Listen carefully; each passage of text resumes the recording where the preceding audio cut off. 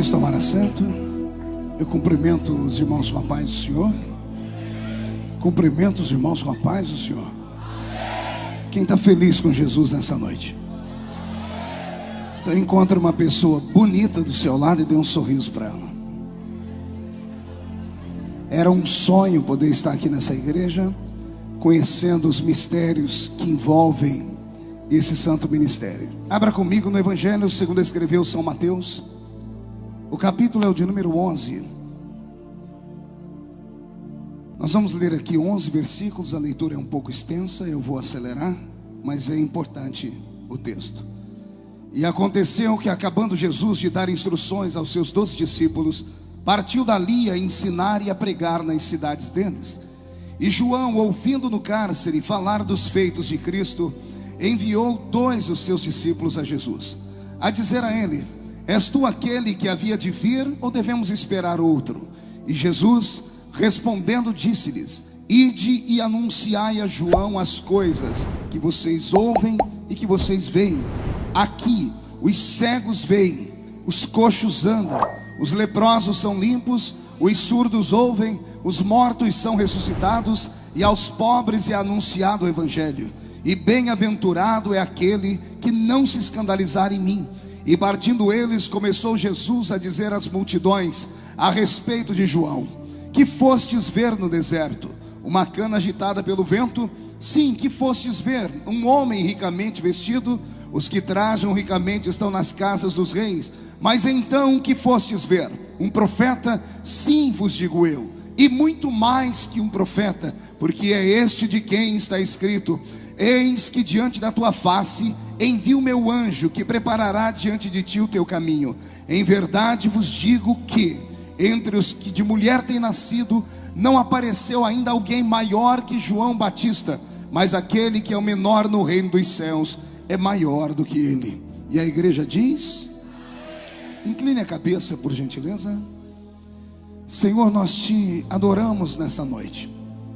O teu servo já me apresentou e me colocou em suas mãos, e eu apenas selo a oração dizendo que eu estou aqui, Senhor, para ser o porta-voz de uma notícia boa nesta noite. E antes que eu comece a ministrar a sua palavra, cerque esta igreja com a sua glória. Num raio de 5 quilômetros, onde houver um demônio alojado, eu dou a esses demônios segundos para sumirem daqui, porque se não sumirem, serão queimados pelo poder da sua glória que aqui será derramada. Rasga o céu sobre a Assembleia de Deus nos últimos dias, e derrama do céu, Senhor, sobre a terra uma unção forte. Manda anjos de fogo descerem aqui, que estes anjos desçam trazendo brasas de fogo nas mãos. Comecem a esparramar estas brasas entre nós, e onde houver um crente cheio do Espírito Santo, pega ele nesta noite, Jesus, e mostra o caminho da verdadeira e poderosa adoração.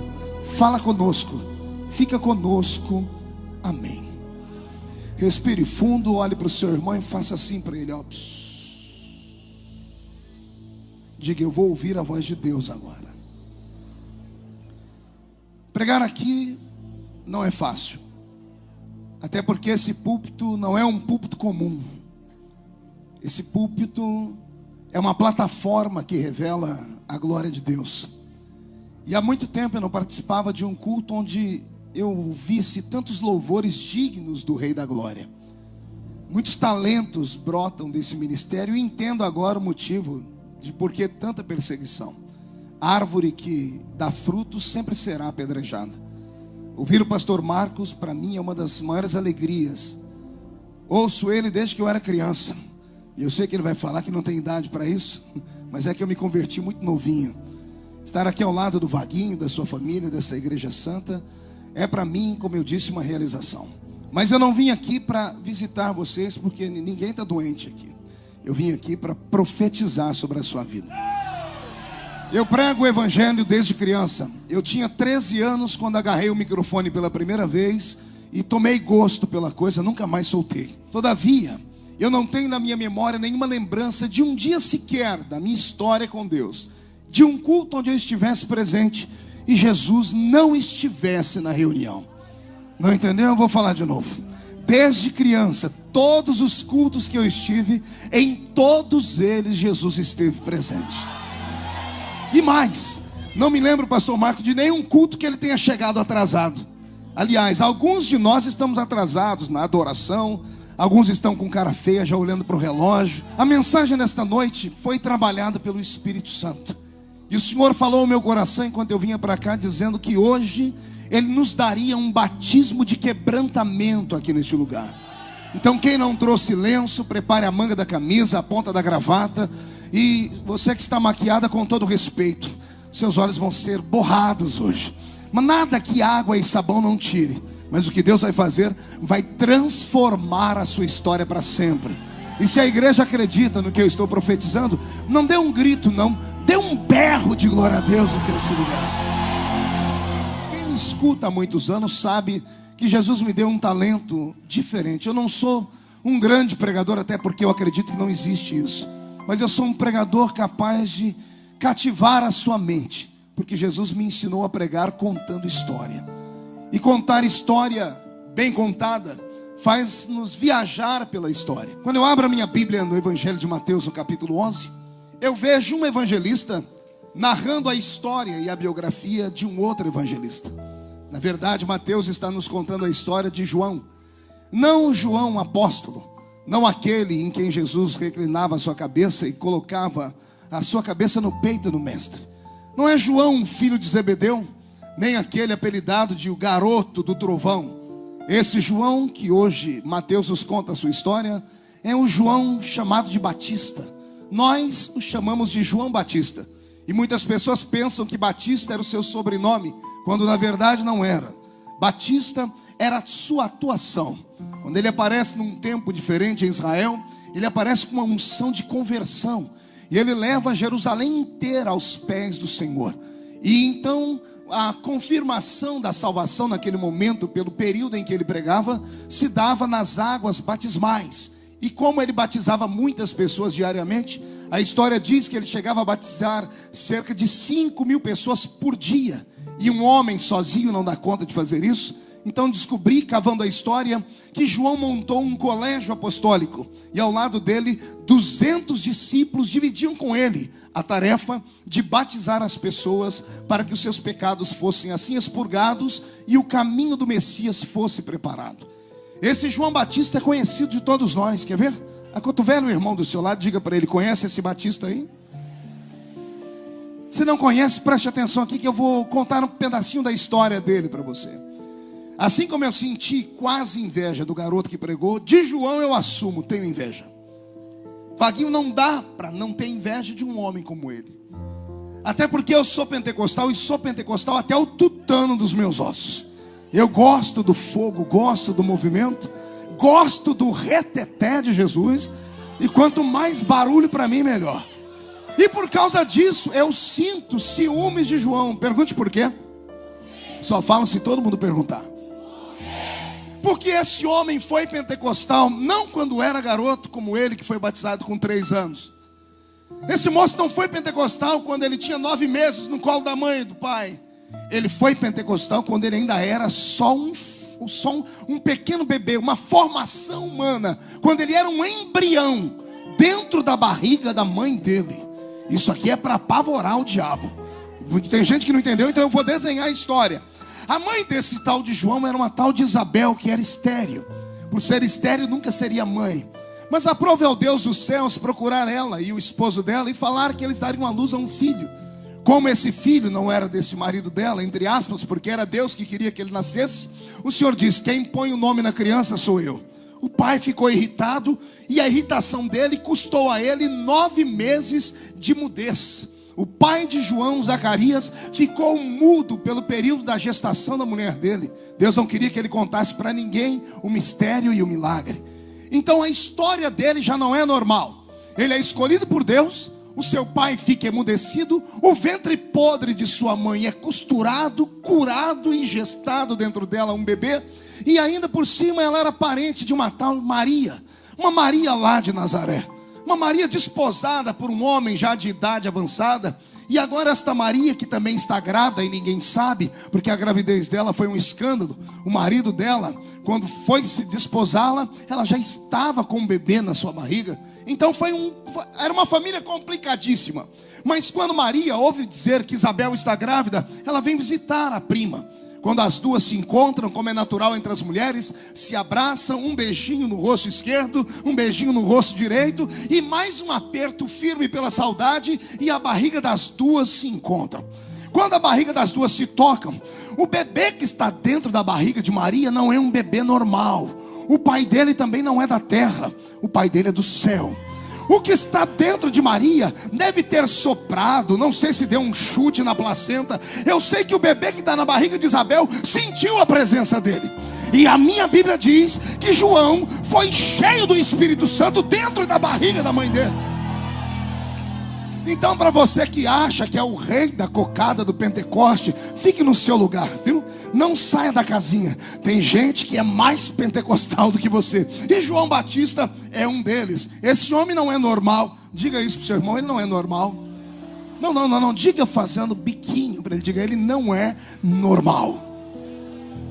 Não bastasse isso, além de nascer de um ventre podre, além de ter um pai que ficou mudo e um nome escolhido por Deus, além de ser primo do nosso Salvador, quando esse menino nasce no mesmo período de Jesus, 2 anos depois vem a perseguição de Herodes sobre todas as crianças e um grande infanticídio que feriu o coração de Deus.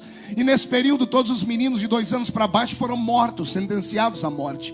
Como este menino foi escolhido por Deus, a exemplo de Maria e José que esconderam Jesus no Egito, esse menino também foi arrancado de sua terra e levado à divisa entre Israel e o Egito, numa cidade chamada Tebas. Tebas é exatamente a divisa entre Israel e o Egito. Pastor Marcos sempre vai para aquela terra, sabe do que eu estou dizendo.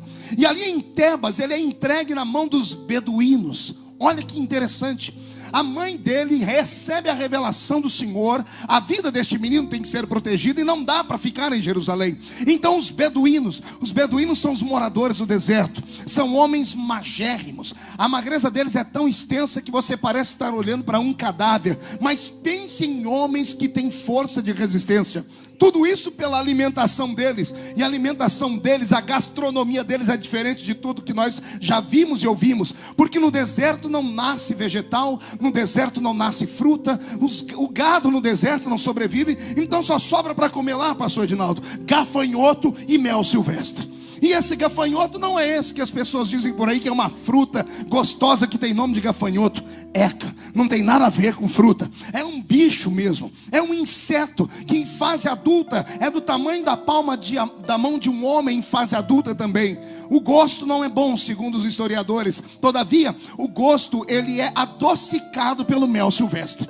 O animal tem todas as proteínas que o corpo precisa, e o mel dá um sabor diferente. Então esse menino é criado por esses beduínos no deserto, e criado no meio do deserto pelos beduínos, passa a comer a comida dos beduínos. E é por isso que a Bíblia Sagrada faz questão de dizer que este homem se alimentava de mel silvestre e de gafanhoto. Qual era a comida dele? Pergunte ao seu irmão, vai encarar? Você não quer ser profeta? Todo profeta é anormal. Tudo nele é anormal. Para fugir da morte, ele é criado ali no meio da planície do Sinai. E na península do Sinai, para se esconder do sol é muito difícil, porque não tem árvore, não tem relva, tem que se esconder dentro de cavernas. Esse moço cresce com a pele do seu corpo estorricada. A cor da pele dele não é como a cor da pele dos judeus, porque os judeus têm árvores para protegê-los do sol. Existe lá em Israel, o calor é um pouquinho diferente do Egito, mas como ele está exposto ao sol do deserto, a cor da sua pele é acima do caucasiano. Ele é quase um negro por causa do calor do deserto. Os seus cabelos são desgrenhados e ele é barbudo pra chuchu. E se você me perguntar o porquê, eu vou te dizer o que a Bíblia diz. Ele é um nazireu. Ele é um o quê? Você sabe o que é um nazireu? Alguém escolhido por Deus. Deus escolhe, não é gestação que o homem e mulher querem, é a gestação que Deus quer que tenha. A Bíblia nos fala de 3 nazireus, e os teólogos arrumaram um meio nazireu. Os 3 nazireus certinhos da Bíblia são Sansão, João Batista e Jesus Cristo. Por isso os 3 aparecem nas figuras pintadas com homens com cabelo comprido e barba comprida, porque sobre o nazireu não passava navalha. E também não podiam tocar em comida, em bebida forte, e muito menos tocar em defunto. Eram estas leis, porque eram homens escolhidos pela vontade de Deus. Imagine vocês um moço que é crescido no deserto, com o sol queimando a sua pele, comendo gafanhoto e mel silvestre. Então ele vira uma vareta no meio do deserto, só pele e osso, pele queimada. Como bom judeu, seu nariz é comprido e adunco, meio torto. Agora o seu cabelo é diferente do cabelo dos judeus, porque o cabelo dos judeus, mesmo não sendo tão liso, sendo um pouco crespo por causa do calor, o cabelo dele acaba sendo crespo, porque o sol queima direto o seu couro cabeludo, porque ele está lá no meio do deserto, diante do sol, quase que 16 a 17 horas por dia. Então esse moço tem o seu cabelo que não pode ser cortado nem aparado. Na época não tinha chapinha, na época não existia nenhum tipo de tratamento capilar. Então o cabelo dele, ao invés de crescer para baixo, vai crescendo para os lados. E eu estou fazendo isso de propósito, eu estou desenhando a imagem dele. Imagine um homem com o cabelo daquele jeito, a barba sem poder cortar também gigantesca, magrelo parecendo uma vareta e com a pele queimada do sol. Ah, e tem mais um detalhe, pergunte o quê? A roupa dele. A roupa dele não é normal. Qualquer pessoa no deserto usa roupa de pano, porque a roupa de pano faz com que o sol bata e refleta para fora e não queime a pele deles. A roupa deles no deserto não absorve calor, pelo contrário, ela espelha o calor. Mas esse homem não usa roupa de pano. A Bíblia diz que ele usa uma roupa feita do pelo do camelo. Preste atenção no que eu disse, porque tem gente que prega errado, porque não lê direito, não aplica a língua portuguesa direito, e diz que ele vestia a roupa da pele do camelo. Nenhum ser humano suporta a pele do camelo, porque o camelo é um dromedário, a sua pele é muito forte, e no sol ela pode esturricar e apertar o corpo. Então a roupa dele não é feita da pele do camelo, é feita do pelo do camelo.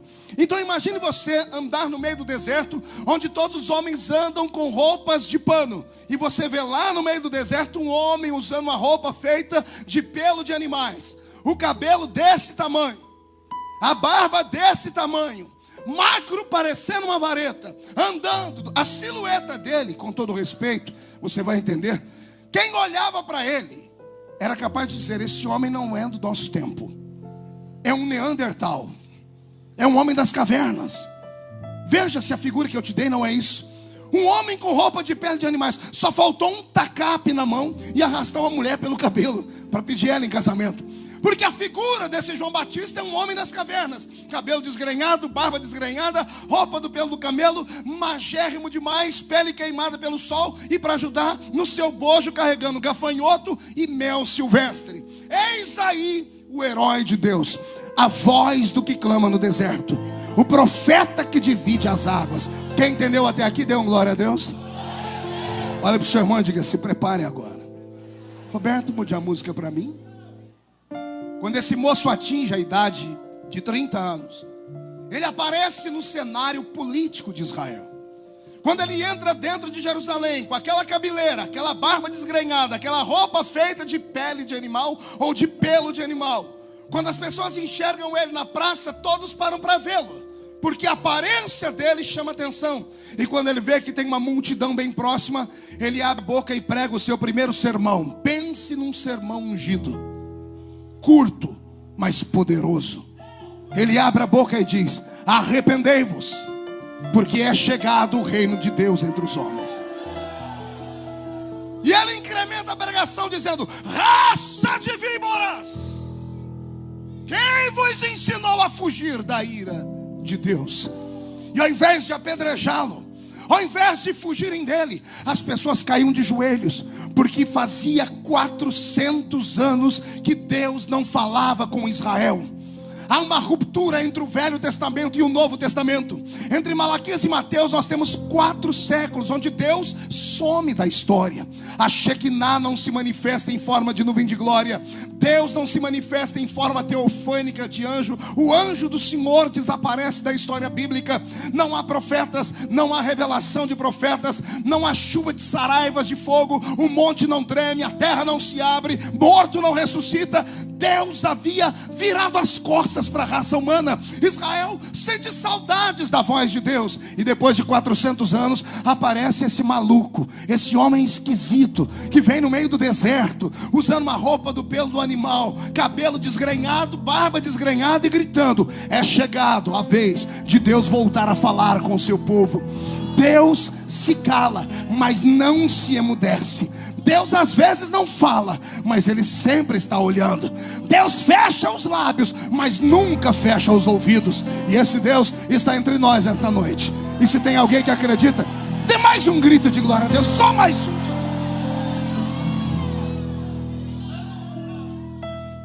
Quando Ele cativa o coração de toda Jerusalém, Ele empreende o seu mais audacioso plano. Pergunte qual?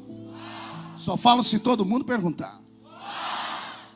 Ele marca uma audiência com o grande rei Herodes. Herodes foi o rei mais terrível que Israel teve no período neotestamentário. Era um déspota, era um adúltero, e era um homem que não temia Deus. Mas era um homem sagaz e tinha carisma, mas não tinha caráter. De nada adianta ter carisma se não tiver caráter.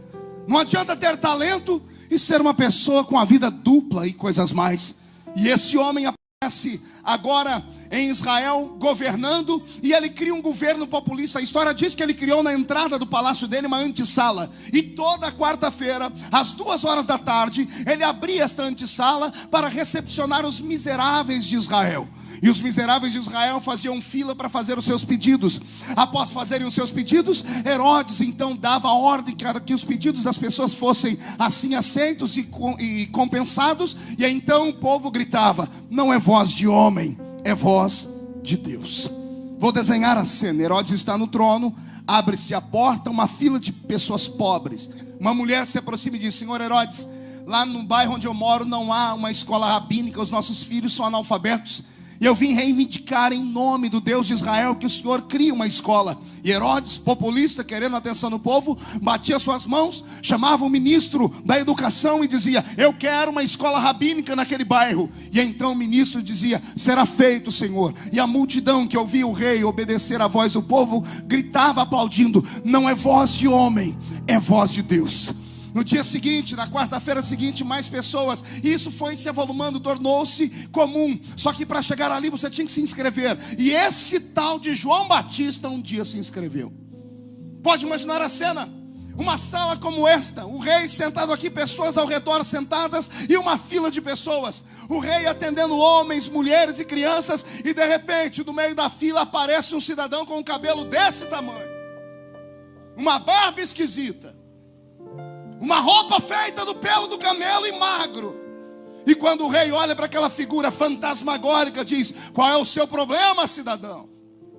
E ele levanta aquele dedo torto e queimado pelo sol, aponta no nariz do rei e diz: o meu problema é o problema da nação de Israel, que é governada por um homem que não teme a Deus e que é adúltero. Soldados pegam nas armas, soldados querem matá-lo, mas não conseguem fazer. Há uma aura de glória que envolve a vida desse homem. Eles olham para ele e querem matá-lo, mas ao mesmo tempo sentem medo dele. Na verdade não é medo dele, é medo daquilo que está dentro dele, é medo daquilo que exala dele. E Herodes deve ter dado uma gargalhada, como todo hipócrita faz, dizendo assim: como sou adúltero? E ele aponta o dedo para Herodes, e de repente aponta o dedo para a direita e diz: esta mulher que está à sua direita não é sua mulher, é mulher do seu irmão. Herodias é sua cunhada, mas você se deita com ela todos os dias. Tu és um adúltero e estás trazendo para Israel o peso da mão de Deus. Termina a reunião, Herodes é arrancado da sala. A multidão sai pelo meio de Israel dizendo: há um profeta entre nós. Não, você não entendeu. A multidão sai alvoroçada dizendo: Deus não se esqueceu de nós. Deus continua ouvindo a voz do seu povo. Pastor Marco, a história diz que na quarta-feira da frente, Herodes está tremendo no trono. E antes de abrir a porta, ele pergunta para os seguranças: vocês já fizeram o que eu pedi? Esse homem não pode entrar aqui dentro. E os guardas dizem: fique tranquilo, daquela porta ele não passa. Quando abre aquela fila de pessoas, Herodes olha e João não está ali, ele se acalma e ele pergunta às pessoas em que posso ajudá-las. Mas a história diz que o mesmo João, que é impedido de entrar ali dentro, dá a volta por trás das salas. As salas não tinham ar-condicionado, eram altas, eram abertas, janelas abertas. E como a janela era aberta bem para o lado do trono, para que houvesse ventilação, o João da minha história sobe em cima de uma caixa de madeira lá fora, põe as duas mãos em torno da boca em forma de um megafone, e quando ele ouve a voz de Herodes dizendo assim: o que é? Qual é o seu problema? Ele grita lá de fora: é o mesmo problema da semana passada. Tu és um adúltero. Acaba a paz de Herodes. Herodes quer matar esse João, mas não dá conta. A Bíblia diz que o povo respeitava João. Na terceira semana, quando Herodes senta no trono tremendo, já está branco, está tendo um desarranjo intestinal, e ele pergunta: vocês já cercaram o palácio? Tem certeza que o homem não está aqui? Senhor Herodes, tudo foi cuidado, ele não está ali fora, não está aqui na frente. Pode abrir a porta. Quando abre a porta da sala dava para o meio da praça. 100 metros lá, quando abre a porta, está o João gritando lá no meio da praça: arrepende-te, ó rei adúltero. Acabou a vida de Herodes.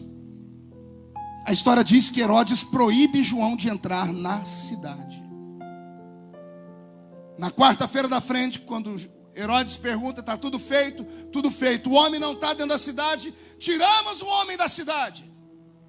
Quando abre a porta, surpresa, não tem ninguém para pedir nada para o imperador. E o imperador começa a perguntar: por que não tem ninguém aqui? Cadê o povo que precisa de mim? Os secretários, os conselheiros vão lá fora, olham e daqui a pouco voltam se coçando e dizendo: o povo está ali. Ali aonde? O povo está ali no Jordão. O que o povo está fazendo no Jordão se eu estou aqui? É que abriram uma igreja lá no Jordão. Como é que é abrir uma igreja no Jordão? Quem é o pastor? É o João Batista, a voz do que clama no deserto. Vamos assistir uma cena de batismo? Convide o seu irmão, diga: vamos ver João batizar? Change your music. Yes, John. Imagine agora uma multidão pelos muros da cidade, uma multidão pelas montanhas que cercam o Jordão, uma multidão ao redor do Jordão, e no meio do Jordão 201 homens, João e mais 200 discípulos que batizam o povo. Ao batizar o povo, eles começam a gritar: João, mostre-nos o reino de Deus na terra. E João começa a mostrar gritando: o reino de Deus é feito com arrependimento. Arrependei-vos, porque é chegado entre vós o reino de Deus. E ele começa a pregar: raça de víboras, quem vos ensinou a fugir da ira de Deus? E o povo vai à loucura. Pergunte por quê? Tudo que um povo quer ver é um homem que saiba falar de Deus, mas com coragem. Tudo que o povo precisa ouvir é alguém que saiba o que está falando e que tenha certeza de que o que está falando não vem da horizontal, mas que venha da vertical. Toda a igreja apinhada de gente como essa só vem aqui por causa de uma coisa: há uma voz profética atuando. Há um Deus do céu que cuida de um ambiente como esse. E se eu fosse você, eu dava um grito de glória nesta hora, só para mexer com o coração dele. O povo amava João. Quer perguntar o porquê? Porque João não respeitava nomenclaturas. Ali embaixo no Jordão não tinha imperador, não tinha comerciante, não tinha empresário, não tinha fazendeiro. João nivelava todos os homens e mulheres pelo mesmo plumo. Ele dizia: vocês são empresários lá em Jerusalém, vocês são empresários e fazendeiros lá em Jerusalém, aqui na minha igreja são todos iguais. Aqui o que pega para o pequeno, pega para o grande. Se o pequeno é raça de víboras, o grande também é raça de víboras. E o povo amava ver João chamar os ricos que chegavam nos seus carros, nas suas roupas bonitas, e João dizer a eles: raça de víboras, suas cobras peçonhentas. Porque víbora é uma cobra peçonhenta, venenosa. É João dizendo: sua cobra peçonhenta, se não se arrepender, vai para o inferno. E as cobras peçonhentas desciam dos seus carros, abandonavam o seu glamour, vinham às águas do Jordão chorando, e João as batizava, e quando saíam das águas, saíam purificadas pelo poder da conversão. Quem entendeu até aqui, dá mais um glória a Deus. O povo amava ver João chamar o povo de cobra. Era tudo o que eles queriam fazer, mas se fizessem eram presos. Mas como ninguém prendia João, porque ele tinha uma glória em cima dele, João falava aquilo que o povo queria falar para aqueles pecadores. E João batizava com gosto: venha cá, sua raça de víbora. Tibum, vai embora para lá. E o povo dizendo: dá-lhe, João, chame mais víboras. Eu imagino João chamando: venha cá, sua urutu cruzeiro. Tibum, vai embora. E o povo: dá-lhe, João, venha cá, sua cascavel. Tibum, vai embora. E o povo: dá-lhe, João. Eu imagino João chamando a parente da minha sogra: venha cá, jararaca. Tibum, vai embora. E João batizando todas as víboras, e o povo dizendo: João, dá-lhe, João. E João batizando todas as cobras de Israel. Até que um belo dia, quando vem descendo pelo morro mais um, e João estende a mão para chamar mais uma cobra, a boca dele trava. E o povo olha para João e diz: João, que cobra é essa? E João diz: não é cobra. Se não é cobra, é o quê? Eis aí o Cordeiro de Deus. Eis o Cordeiro de Deus que tira o pecado do mundo.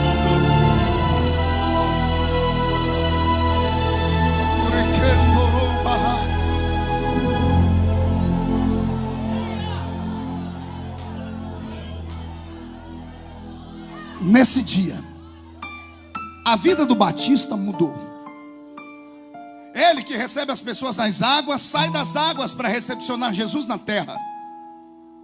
Ninguém nunca viu ele fazer isso. E cada vez que ele vai saindo do Jordão, as pessoas se apinham, vão se acotovelando, dizendo: que homem é esse? Que até João sai das águas para recebê-lo. E para desespero dos batistas tradicionais, para desespero dos batistas que não acreditam em língua estranha, glória a Deus, que não gostam de barulho, não estou falando dos batistas renovados, para desespero daqueles batistas que não gostam de barulho nenhum, aparece na Bíblia o único batista, e aparece com a pregação pentecostal.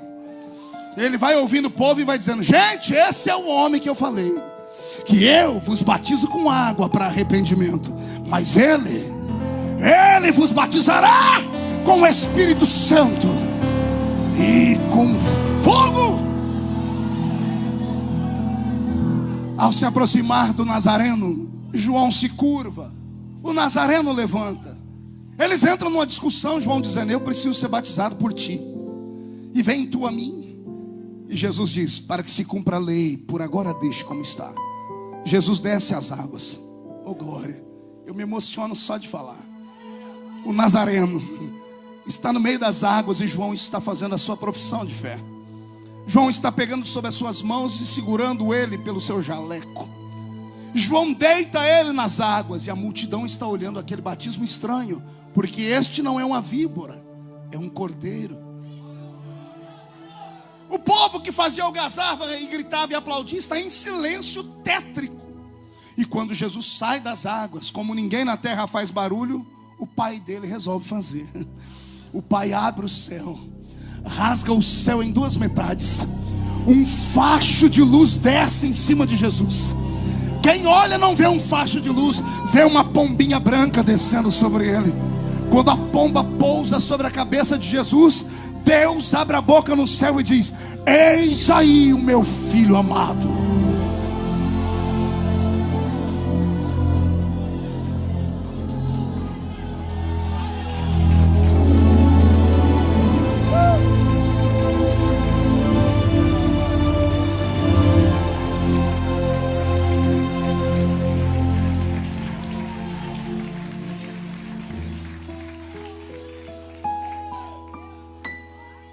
Pois bem, é sobre esse homem que eu quero pregar nessa noite. Eu desenhei a história deles para você entender o capítulo 11 de Mateus, porque o capítulo 11 de Mateus é um capítulo difícil de entender. Esse homem que encarou Herodes, que a multidão temia, que batizou Jerusalém inteira. Esse homem que as pessoas mal conseguiam ficar de pé diante dele, de tanta glória que havia sobre ele. Um belo dia, quando acorda, não está sozinho. Acorda com guardas. Ao redor dele estão principados daquela terra. Levantam ele do chão da sua caverna, de dentro da sua tenda, eu não sei onde ele dormia. Colocam ele de pé, amarram suas mãos para trás e dizem: em nome do rei, o senhor está preso. Eu imagino João em silêncio, sem entender nada. Ele é arrastado do Jordão até as prisões. Quando abrem as prisões e jogam ele lá dentro, os presos que estão olhando pelas grades, ao olhar aquele homem com roupa do pelo de animal, cabelo desgrenhado e barba desgrenhada e magrelo, eles se encostam na parede de medo, dizendo: esse é o profeta. É a boca de Deus na terra. Ninguém mexe com ele. Ninguém tem coragem de olhar para ele. E João, quando é preso ali dentro, quando as cordas se soltam de suas mãos, deve ter amassado os seus pulsos ou massageado eles. Em nenhum momento ele se sentiu preso. Deve ter levantado o queixo, olhado para todos e em sua mente dizendo: o que é que Deus quer com isso? Até ontem ninguém podia me tocar. Hoje eu acordo e a aura que me cerca, os anjos que me protegem, sumiram. Deus me pôs aqui, já sei. Ele me trouxe aqui para mostrar que Ele tem poder de me tirar daqui. E Ele espera que o milagre aconteça daqui 1 hora. E 1 hora depois Ele continua preso. O dia se vai, a noite se aproxima. E ele deve ter tido outra ideia. Deus deve me querer até aqui para amanhã Ele fazer tremer essas grades e me tirar daqui com um poderoso sinal. Quando o dia amanhece, as grades ainda estão fechadas. Os presos que temeram ele no dia anterior começam a se perguntar: calma aí, se ele é tão poderoso, o que ele está fazendo aqui? Tudo que falaram sobre João começa a cair por terra. Todas as histórias da sua glória e da sua graça começam a despencar. Os presos começam a rir, debochar. E João se desespera, cai de joelhos e começa a gritar e orar. Mas a oração dele parece não passar do teto, porque Deus não escuta. E se escuta, não reage. E João deve ter feito aquilo que todo crente faz quando se vê apurado. Vai para a consagração. Dá a Deus um sacrifício de jejum de 1 dia, 2, 3, sabe Deus quantos dias. À espera de um milagre, e o milagre não vem. O texto de Mateus capítulo 11 foi escrito quando João estava 30 dias preso. 30 dias atrás das grades. 30 dias no cárcere. Nesses 30 dias ninguém foi visitá-lo. Você lembra quantos discípulos ele tinha? 200. Nenhum discípulo foi visitá-lo nesses dias. No final dos 30 dias aparece 2. Os únicos que sobraram. Porque os outros 198 não estavam com ele pelo que ele era. Estavam com ele pelo que ele representava e tinha. Queriam ficar perto dele porque ele tinha status. Quem é que não quer ser amigo do homem que encara o governador? Do homem que encara o presidente e sai ileso? Enquanto ele era o cara, todo mundo queria estar ao lado dele. Agora que ele está preso, sumiram todos. Sobrou 2. E esses 2 vão lá para pedir um conselho, para saber o que fazer. Eles vão para buscar força em João, mas encontram um João ferido. Quando eles põem as mãos nas grades e João num canto escuro os enxerga, ele levanta, corre até as grades, tremendo e temendo, os olhos fundos, cheio de olheiras, sua boca está seca. Ele agarra a mão dos amigos que sobraram e diz para eles: vocês lembram aquele homem que eu batizei no Jordão? Aquele que eu chamei de Cordeiro? Aquele que a pomba desceu sobre ele? Aquele que a voz disse que era o filho? Encontrem esse homem e perguntem se tudo que eu fiz valeu a pena ou não, porque eu estou em dúvida se ele é o Messias. Eu quero saber se ele é o Messias de verdade ou se eu tenho que esperar outro Messias. Os dois saem dali apavorados. E eu abro um parênteses para começar a explicar. Quase ninguém prega nesse texto. Nós pentecostais só gostamos de pregar sobre motivação, sobre possibilidade, sobre agarrarmos o diabo pelo chifre, esfregar a cara dele no chão. Para nós pentecostais, o que vale é a palavra que põe o homem de pé e manda o diabo para os quintos dos infernos. Para nós pentecostais é a palavra da revelação que vale. É o preso que saiu da cadeia, é a pessoa que foi curada. E nós não temos medo de dizer: venha que Jesus faz, venha que Jesus dá, venha que Jesus faz, venha que Jesus opera. A minha pergunta hoje é estranha: e quando Jesus não dá?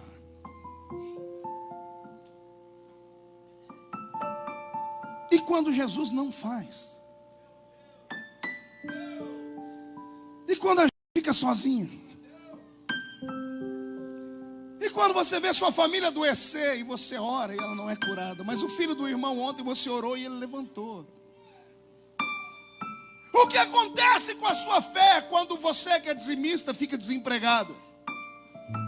O que acontece com a sua fé quando você acorda de manhã, olha para o quarto do seu filho e vê um bebezinho que nasceu especial, com anomalias, enquanto o filho do vizinho que é macumbeiro, o filho do vizinho que não vale nada, sai correndo pelas ruas e bairros, brincando, gritando, e o seu não pode sair da cama porque é anormal. O que você faz quando falta comida na sua mesa? Porque você ouviu na igreja Davi gritando: eu fui moço, sou velho, nunca vi o justo desamparado, nem a sua geração mendigar o pão. E quando o pão não vem, o que você faz? Hoje eu não vim pregar para os fortes, eu vim pregar para os fracos hoje. Eu vim pregar para aqueles que não foram libertos. Eu vim pregar para aqueles que lutam, mas não dão conta. Eu vim pregar para aqueles que pedem, mas não recebem. Eu vim pregar para essas almas que entram por aquela porta todos os dias em busca de um milagre, e cada noite que termina e não é revelada e não recebe a palavra que queria, pelo menos mesmo assim não desiste. Eu vim pregar para você e te dizer que você é um herói, e dizer que a senhora é uma heroína, e dizer que Deus é apaixonado por você, porque Ele sabe que você entrando aqui, recebendo ou não recebendo, você não abandona. Se Deus te der, Ele é Deus. Se Ele não der, você grita: Ele é o meu Deus, assim mesmo.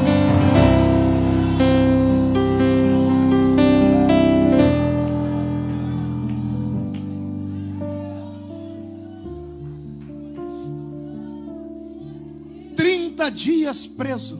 Quantos dias? Sabe o que aconteceu com o maior homem nascido entre mulheres? Por isso que eu disse que o texto era importante ser lido tão extenso, porque Jesus falou dele: entre os que nasceram de mulher não tem ninguém igual ele. O maior homem que nasceu, Jesus colocou o maior homem que nasceu. Então ele comparou João a Moisés, comparou João a Elias, comparou João a Daniel, a Salomão, a todos os heróis que nós conhecemos. E Jesus disse: entre todos esses aí, João é o maior. Agora respire fundo. O maior homem nascido de mulher, 30 dias preso, não conhecia mais Jesus. Duvidou de Jesus, desacreditou que Jesus era Jesus. Ufa. Nunca jogue pedras em alguém que ontem gritou, pulou, falou em línguas e hoje está beijando lona lá fora. Nunca julgue o irmão que está do seu lado, porque o erro e o pecado dele foi exposto, e você já diz: eu não acredito em mais nada que sai dele. Nunca lance em rosto de nenhum ser humano suas mazelas e fraquezas, porque não existe entre os nascidos debaixo do sol nenhum super-homem. Não há nenhuma mulher maravilha. Eu estava em São Paulo alguns anos atrás, saí de uma grande vigília. São Paulo é uma cidade rotativa, 24 horas. E eu passei perto de um restaurante comum, aberto 24 horas, e enxerguei pela janela do restaurante um cidadão. E eu pedi para o irmão parar o carro e disse: eu conheço ele, é ele, eu preciso lá dar um abraço. Quando eu cheguei perto da mesa, pastor Marco, estava um pastor que eu cresci ouvindo. Na frente dele uma carreira de cocaína, um copo de cachaça. Quando ele me viu, ele disse: o que você quer? Eu disse: o senhor não se lembra de mim? Eu sou aquele menino que hospedou o senhor lá na casa do meu sogro, quando te levamos para pregar no congresso de jovens. Quando ele viu, ele disse: me desculpa. Ele tentou esparramar o que estava na mesa. Eu disse: fica tranquilo, eu não estou aqui para te julgar. Ele começou a chorar. Ele disse: preguei o evangelho no Brasil inteiro, e minha mulher surtou, foi parar no manicômio, teve um problema aqui no cérebro, e até hoje dorme amarrada com camisa de força. Fiquei sem esposa. Fui procurar o meu ministério disse assim: comeu a carne, rói o osso. Cheguei no ministério e mostrei o atestado médico que diz: ela não é mais um ser humano, é um vegetal, ela não tem vida. O cérebro está destruído, ela não serve mais como esposa, como mãe, como nada, tem que ficar presa. E ele disse: gente, eu sou homem, eu sou novo, eu preciso de alguém para cuidar dos meus filhos. E o ministério olhou para ele e disse assim: se vire.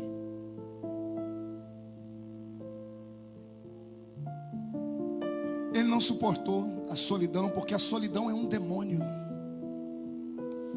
A solidão não é um sentimento, é um demônio.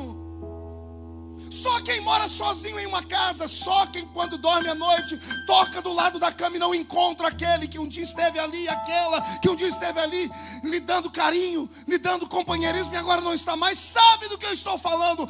Então não julgue ninguém. Não suportando a tentação, ele caiu.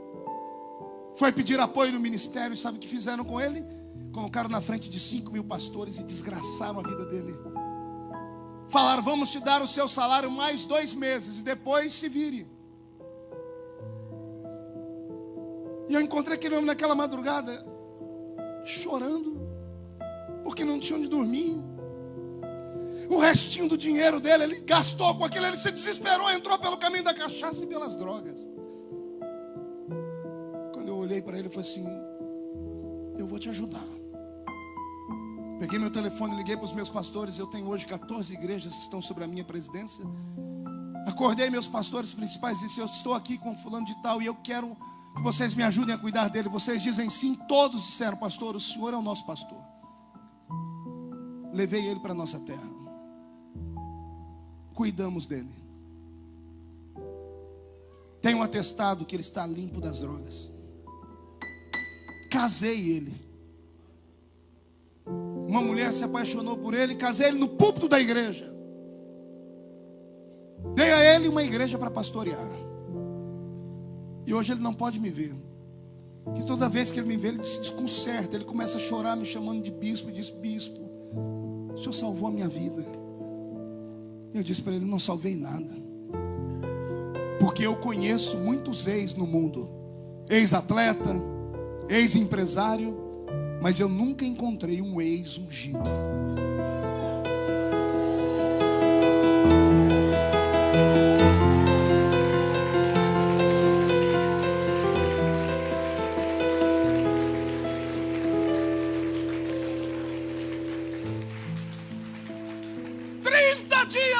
aprisionado sem a presença de Deus, sem a presença dos anjos, sendo acusado, caluniado e condenado à morte, fez o maior homem desistir de Jesus.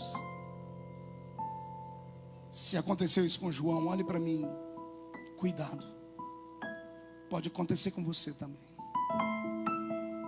Não se iluda com aplausos, não se iluda com glamour, não se iluda com fama, não se iluda com nome em jornais, não se iluda.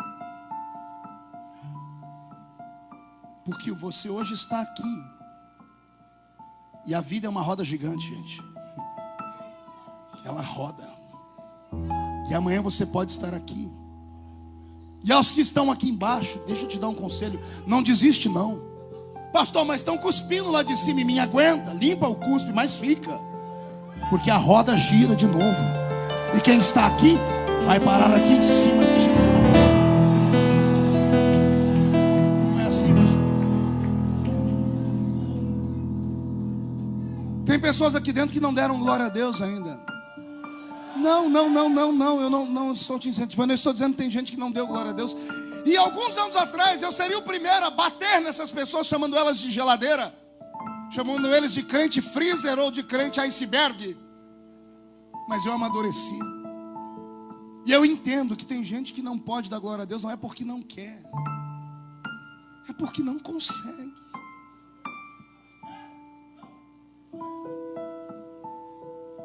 Pegou o resultado do médico essa semana e lá está escrito: câncer. Não tem cura. A irmã foi arrumar o bolso do paletó do marido e encontrou um bilhete com o nome de outra e um perfume estranho. E ela e ele aconselharam vários casais. E a família dela está desabando.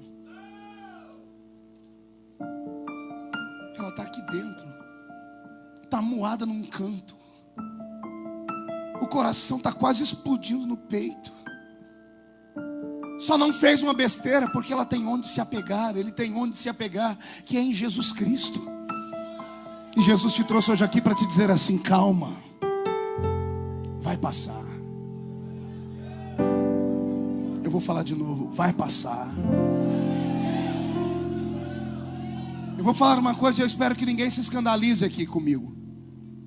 Eu passei por muitas lutas na vida, mas a pior de todas as lutas que eu passei na minha vida, não consegui amizade, ou das minhas amizades, alguém que pudesse me acalentar. Aliás, quando vieram as principais e as piores pedradas, todos se afastaram. Amigos, conselheiros, irmãos, admiradores, fãs, desapareceram. Eu estava num quarto orando, dizendo: Deus, me ajuda porque eu não aguento mais. E o Espírito Santo, porque é o único que não abandona a gente, é Ele. Vou falar de novo: você pode perder todo mundo, o Espírito Santo não se afasta de você. Ele veio no meu ouvido e falou comigo: vai na estante, pega aquele livro antigo. Eu falei: meu Deus, eu ainda tenho esse livro. Levantei e fui lá e peguei um livro antigo da época que eu era coroinha na igreja católica. E quando eu abri, caiu numa página que tinha uma oração feita por São Francisco de Assis. Eu disse para ninguém se escandalizar, porque quando eu li a oração de Francisco de Assis, eu caí de joelhos num canto. Francisco de Assis orou assim: Deus, me ajuda a suportar aquilo que eu não consigo entender. Anota isso aí: me ajuda a suportar aquilo que eu não consigo entender. E essa oração me manteve de pé, porque todo dia quando eu acordava e não via uma luz, as noites eram tão escuras que eu não percebia o amanhecer. Era nisso que eu me apoiava: Deus, me ajuda a suportar aquilo que eu não estou entendendo. E chegou o dia da vitória. E chegou o dia de Deus dizer assim: fui eu que te escolhi. Homem tira o que o homem dá, o que Deus dá, não tem um macho na terra que tire.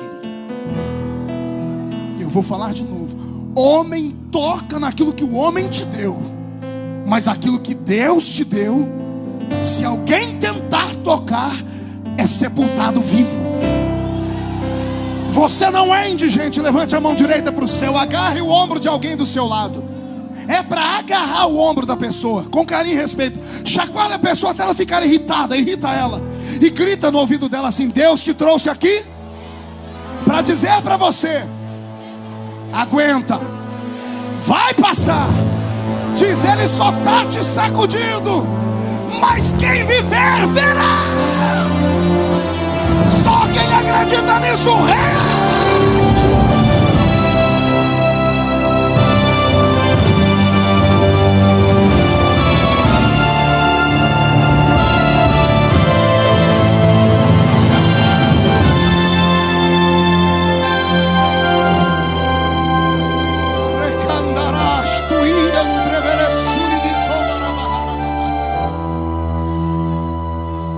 Já estou acabando.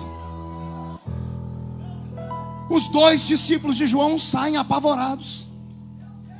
Vão procurar Jesus. Naquela época não tinha internet. As informações levavam meses para chegar. Jesus estava numa outra província longe. Lá nessa província ninguém sabia que João estava preso. Os dois discípulos chegaram e Jesus está no meio de uma cruzada, no meio da pregação. Jesus tinha João em tanta estima, e quando ele viu os dois discípulos chegar, ele parou a pregação e chamou os dois e deu oportunidade para eles, pastor Mário. E os dois estavam tão apavorados que ao invés de chamar Jesus num canto, gritaram no meio da multidão: estamos aqui porque João está preso. E João mandou vir aqui perguntar se o Senhor é o Messias ou se tem que esperar outro. Pense num tumulto. O meu texto diz multidão, mas a maioria dos textos dos senhores e senhoras diz turba. E Jesus falou às turbas. Turbas é uma multidão alvoroçada. Quando o povo ouviu os discípulos de João falarem que João estava em dúvida sobre Jesus, a multidão que estava ouvindo Jesus tinha João como profeta, deram um passo atrás, começaram a murmurar e começaram a pegar pedaços de pau e pedra. Se João está com dúvida, esse homem não é o Messias. Se não é o Messias, é um anticristo. Vamos matá-lo. Quando Jesus percebe o fomento, ele faz uma coisa extraordinária que só por revelação você entende. Aí está escrito no texto que eles perguntaram, e olha a resposta de Jesus: voltem e digam para João o que vocês veem e ouvem. Jesus usou o tempo presente. Jesus não disse: voltem e digam para João o que vocês viram e ouviram. Jesus não diz no tempo futuro: voltem e digam para João o que vocês vão ver ou ouvir. Jesus usa o tempo presente. Ele diz: voltem e digam para João o que vocês estão vendo agora e estão ouvindo agora. Que aqui o cego vê, o surdo ouve, o mudo fala, o paralítico anda, o morto ressuscita. E o evangelho é anunciado aos pobres. Calma aí para você dar uma glória a Deus melhor. Deixa eu desenhar a história. Eu disse que aconteceu na hora. Quando Jesus percebeu que o povo pegou pedra e pau para bater nele, na hora ele parou de pregar e estendeu as mãos sobre o povo que estava na frente. Quando ele estende as mãos, o cego começa a gritar: eu estou vendo. O mudo: e eu estou falando. E o paralítico: e eu estou andando.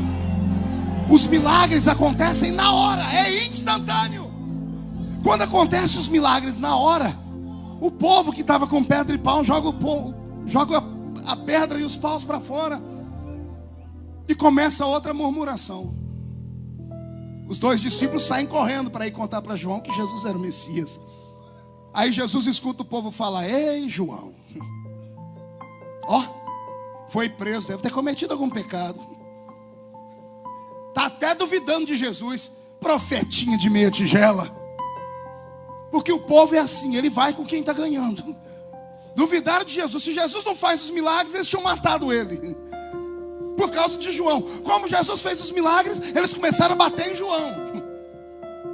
Jesus só parou para ver. Aí ele fez assim, ó. Quando vocês foram procurar João, o que vocês esperavam encontrar?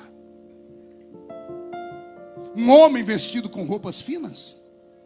Quem usa roupa fina está no palácio. Quando foram buscar João, o que vocês esperavam ver? Senão um caniço do deserto. Uma cana sacudida pelo vento. Ai, Jesus. O coração disparou. Olha que coisa linda. Jesus está dizendo: João não é um homem rico de palácio. João é só uma cana do deserto. O mais parecido com uma cana no deserto que nós temos no Brasil é o bambu. E o bambu, quando nasce, nasce numa toceira, né? Nasce no monte. Quando vem o vento, o bambu enverga. Passou o vento, ele levanta. Só que o caniço do deserto é diferente do bambu. Pergunte por quê? Porque como ele está no deserto, o vento vem com poeira. Quando sopra uma tempestade de areia, ele não só tomba, ele é sepultado. Quem passou de manhã viu de pé. Quem passou na hora da tempestade diz: vai morrer. Quem passou de tarde diz: morreu e foi sepultado. Porque o caniço no deserto não tem como ele lutar contra a poeira. Só que passe no mesmo lugar daí uma semana. Passe no mesmo lugar daí 15 dias. Alguém vai olhar e vai dizer: o que é aquilo ali que está brotando? Porque o mesmo vento que sepulta, que vem de lá para cá, tem uma hora que ele volta, ele vem de lá para cá. E como ele trouxe poeira e enterrou, quando ele vem do vento contrário, ele começa a limpar a poeira. E a poeira vai saindo. E o caniço está lá, deitado. Quem passa mais tarde já vê a pontinha dele de pé. 2 dias depois, envergado, ele está sendo visto.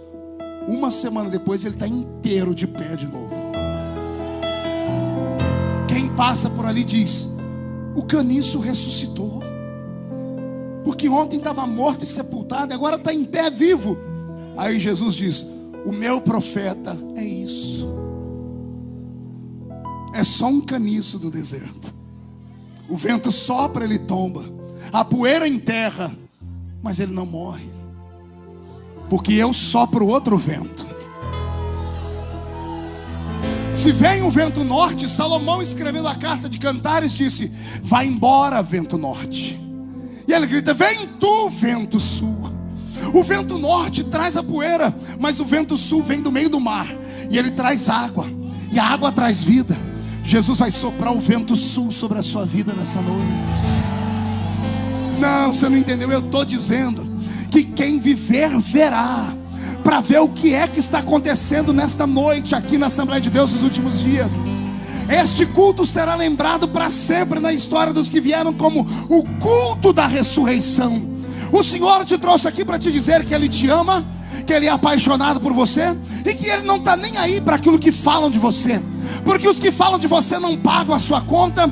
Os que falam de você não morreram na cruz do Calvário por você. Os que falam de você não escreveram o seu nome no livro da vida e não vão te arrebatar ao céu, mas Ele vai te arrebatar ao céu. Quem acredita em ressurreição aqui? Então dá mais um grito, dá mais um grito.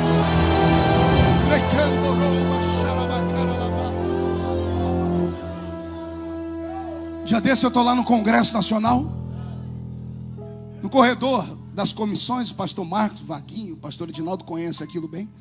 Na quarta-feira de manhã é intransitável. Eu estou indo pelo meio das comissões, eu sou membro de algumas comissões.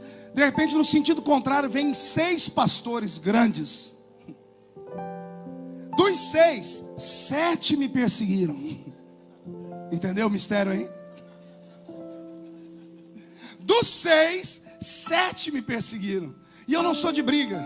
Quando eu os vi se aproximando, para não criar constrangimento, eu peguei o telefone e liguei para o meu amigo imaginário. Como é que você está? Está tudo bem?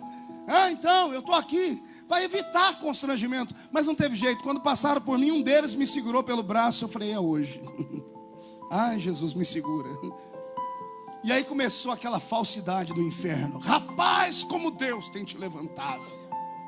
Temos orado por você. Vá mentir para Satanás. Estamos torcendo para a sua vitória. Vá mentir para o cão, filho do cão com a pombagira. Não, mas aquela mentiraiada do demônio. E eu de pé, olhando para eles firme. O que mais me bateu não aguentou. Esperou todos saírem e me chamou para um cantinho. tentou olhar nos meus olhos, não conseguiu. Ele abaixou a cabeça e disse: me perdoa. E eu em silêncio, porque a minha voz embargou. E ele falou para mim: eu não sei nem que forma de tratamento te dar. Eu não sei se eu te chamo de pastor ou de vossa excelência. Pegou aí? Não pegou? Aquele que te perseguiu, que te chamou de lixo, que te chamou de 1 milhão de coisas, ele arrumou uma confusão com Deus. Os seus inimigos estão proibidos de morrer. Vão ficar vivos em sã consciência, nem que seja tetraplégico em uma cama. Mas a mente tem que estar sã, porque eles são obrigados a viver para ver Jesus colocar uma coroa na sua cabeça, para ver Jesus te dar a sua família de volta, fazer o seu ministério brilhar. Eu estou profetizando que 2013 será o ano em que Jesus vai colocar o seu nome em evidência de novo. E se tem alguém que acredita, pega agora, pega!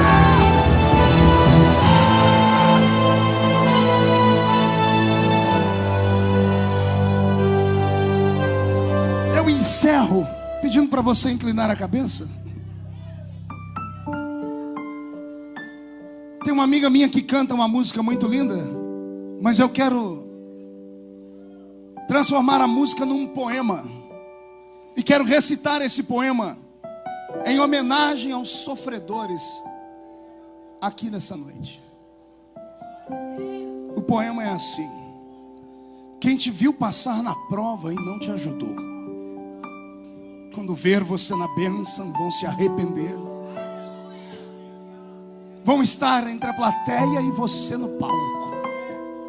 Vão olhar e ver Jesus brilhando em você. Quem sabe nesse momento você vai dizer: meu Deus, como vale a pena a gente ser fiel.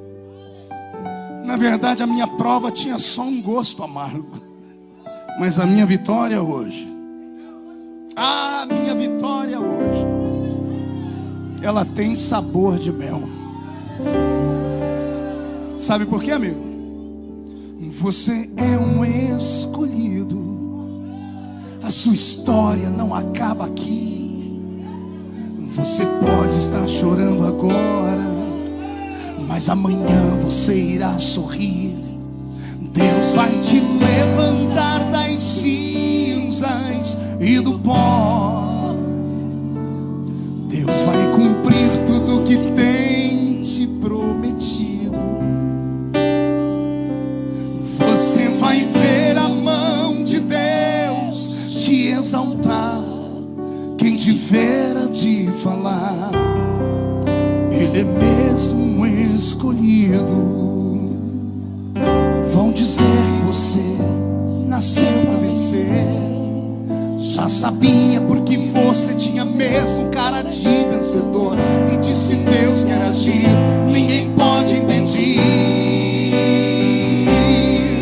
Então você verá cumprir cada palavra que o Senhor falou. Quem te viu passar na prova e não te ajudou, quando ver você na bênção, vão se arrepender. Vai estar entre a plateia e você no palco. Canta. E aí? Quem sabe no seu pensamento você vai dizer: meu Deus, como vale a pena a gente ser fiel. Na verdade a minha prova tinha um gosto amargo, mas minha vitória hoje tem sabor de mel. Tem sabor de mel. Tem sabor de mel. A minha vitória hoje tem sabor de mel. Tem sabor de mel. Tem sabor de mel. A minha vitória hoje tem sabor de mel.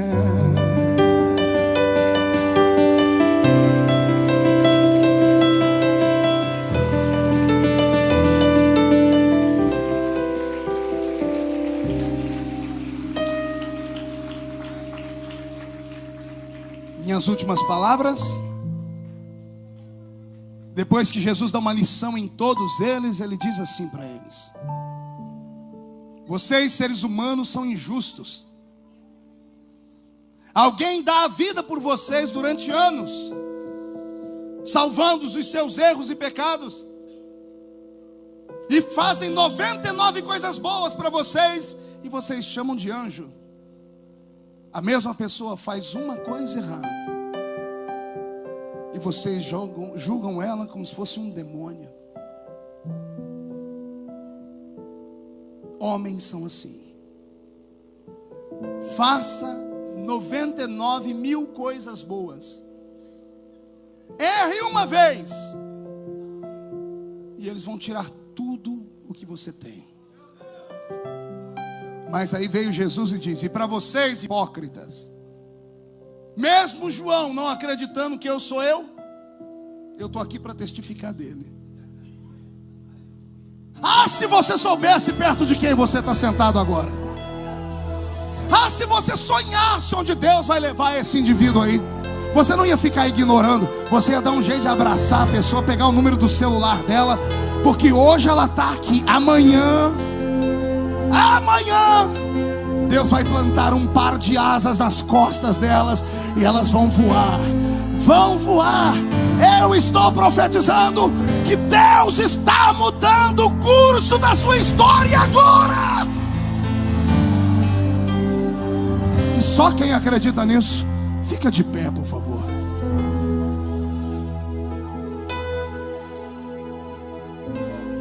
Com a autorização do pastor Marcos, eu vou pedir para que todos fechem os olhos. Vou pedir para que deixem um corredor livre.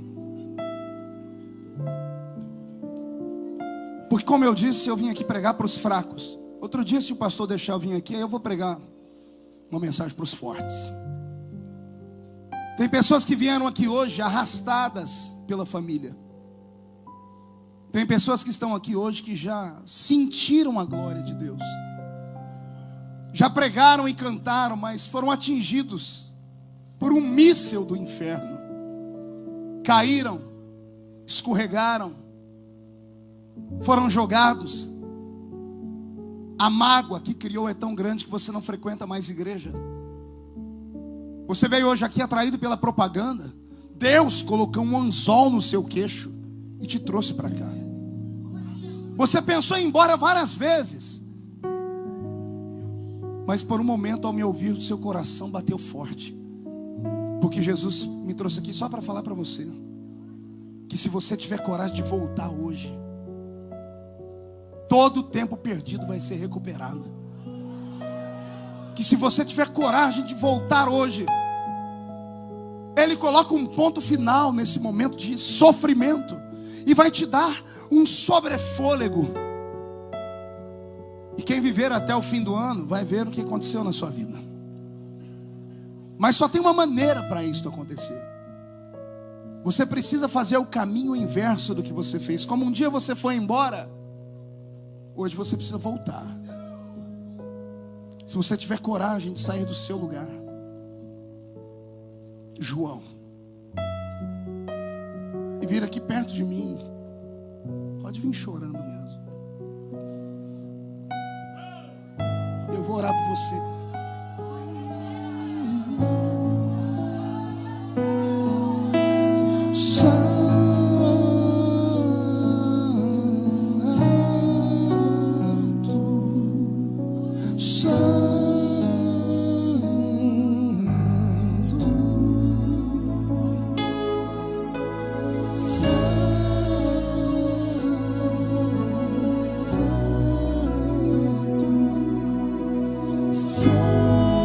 Chega mais perto. Aprenda com Roberto cantar santo.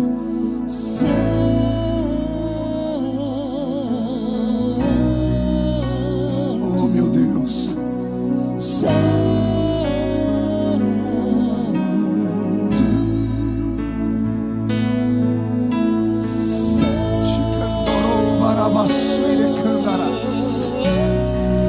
A igreja está em silêncio, mas o céu está fazendo festa.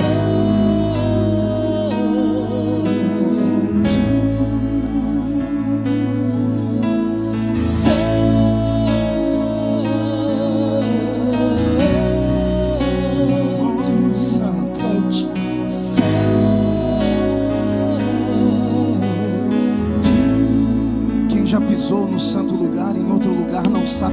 sabia disso? Quem já pisou no santo dos santos, Em outro lugar, não sabe viver. E onde se vê, clamar pela glória, a glória de Deus.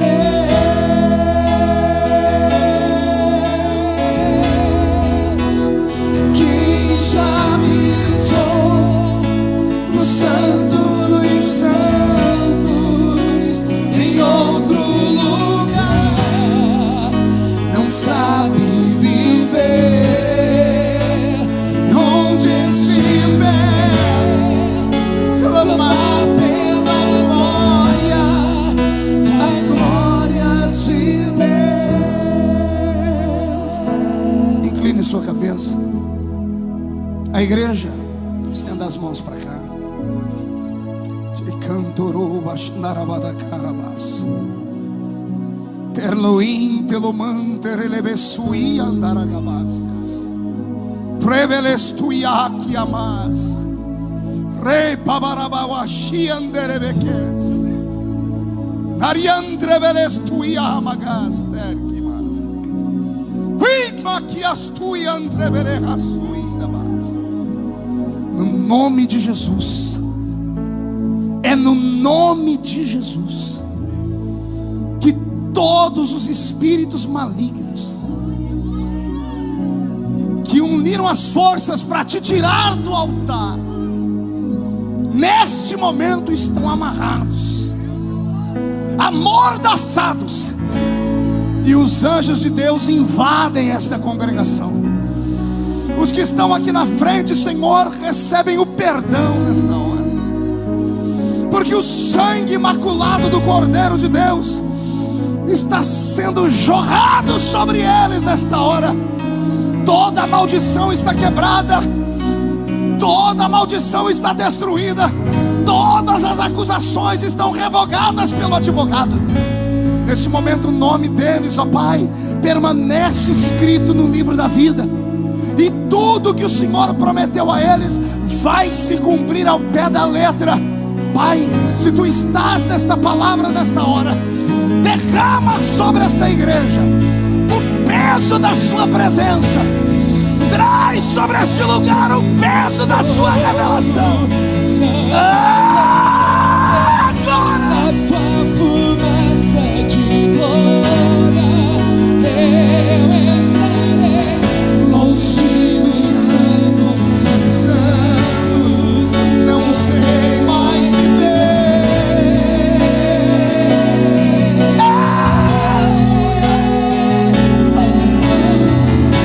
se eu passar pelo fogo, não temerei.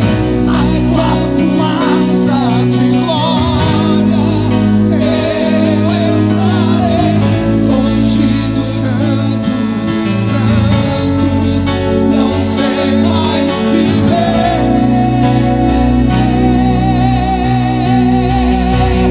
Quem já pisou no santo dos santos, em outro lugar, não sabe viver.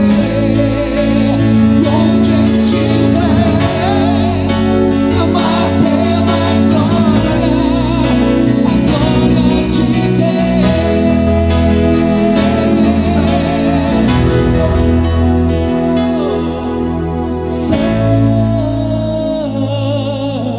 As pessoas recebem o toque dos ungidos.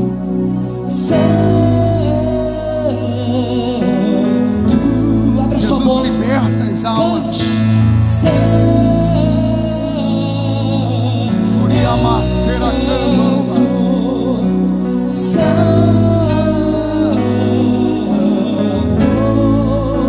Diga isso, cante santo, cante.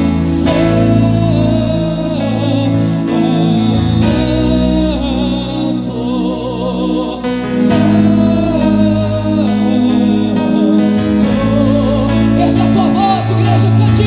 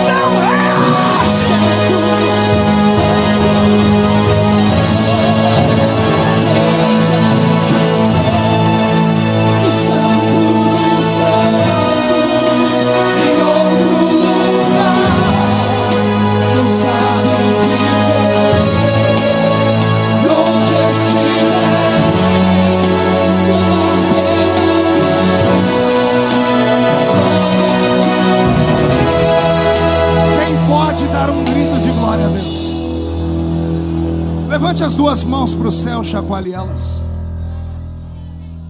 Fique cara a cara com alguém. Estenda as mãos sobre a pessoa e diga para ela assim: Deus vai me usar agora. Chacoalhe suas mãos. Jesus, coloque nessas mãos agora uma brasa de fogo tirada do seu altar. Onde eles colocarem a mão deles, ó Pai, haja um tempo de prosperidade, renovação, haja um tempo de exaltação. Onde eles colocarem a mão deles, haja um derramamento do Espírito Santo agora, já. Abrace a pessoa que está do seu lado e profetiza.